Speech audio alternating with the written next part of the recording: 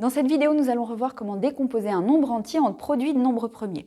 Alors pour commencer, rappelons quelques définitions. Tout d'abord, la définition d'un nombre premier. Eh bien, un nombre premier est un nombre qui n'est divisible que par 1 et par lui-même. Il faut que vous connaissiez la liste des petits nombres premiers, c'est-à-dire les plus utilisés pour effectuer ces décompositions. Alors je vous en rappelle quelques-uns ici.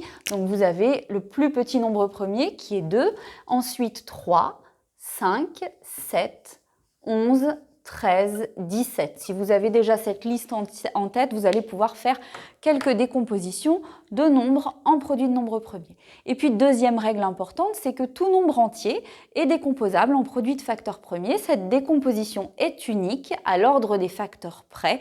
Nous allons voir ce que cela signifie donc à la fin du premier exemple. Alors, je vous propose pour revoir cette technique-là, eh bien, de partir sur un exemple et de la décomposition du nombre 1350 en produit de nombres premiers. Donc la première chose à faire ici, c'est déjà de bien connaître ces critères de divisibilité pour être capable donc de savoir quels sont les nombres premiers ici qui permettent de décomposer ce nombre. Alors nous allons passer en revue tous les critères de divisibilité par les différents nombres qui sont présents ici. Donc tout d'abord, 1350 est un nombre pair. Donc on voit tout de suite que c'est un nombre qui est divisible par 2 et que l'on peut écrire 2 fois 675. Donc ensuite, nous allons décomposer le nombre 675. On repère directement qu'il se termine par 5, il est donc multiple de 5 et nous allons pouvoir écrire 675 5 fois 135. Et puis on continue ainsi de suite à regarder tous les critères de divisibilité sur le nombre qu'on obtient après avoir extrait déjà les premiers nombres premiers de cette décomposition. Eh bien 135 est encore un multiple de 5 et donc nous allons pouvoir le décomposer en 5 fois 27.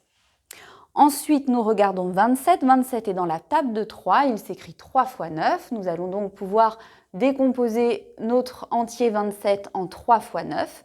Et pour terminer, 9 est encore dans la table de 3. Nous allons pouvoir décomposer 9 en 3 fois 3.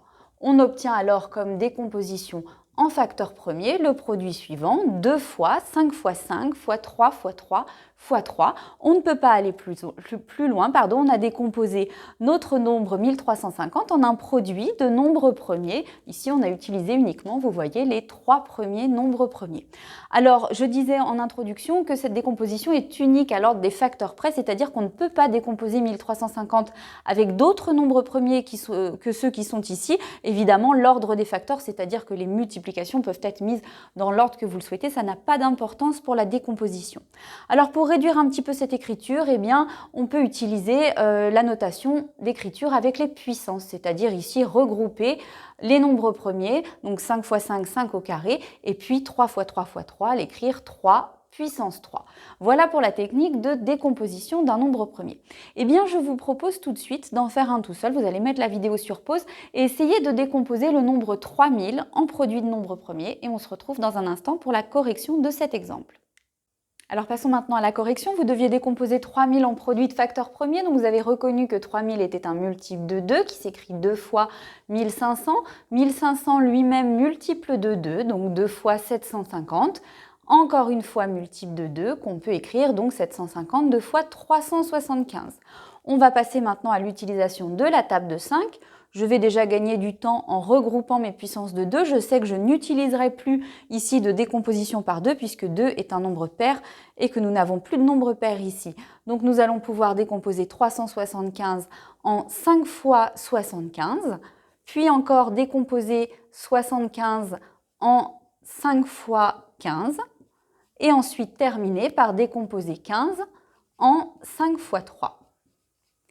Donc nous obtenons ainsi, je continue ici pour 3000, une décomposition 2 puissance 3 fois 5 puissance 3 fois 3.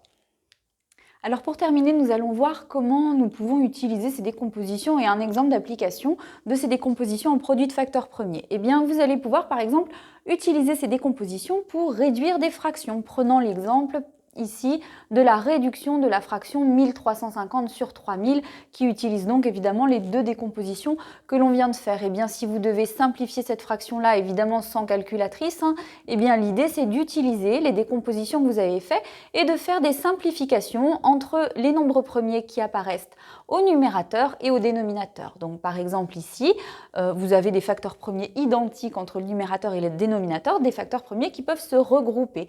Donc nous avons 2 au numérateur, 2 au cube au dénominateur. Si nous simplifions un 2 au numérateur avec un 2 au dénominateur, il nous restera 2 au carré au dénominateur. Ensuite, au niveau des 5, eh bien de la même façon, 5 au carré au numérateur, 5 au cube au dénominateur.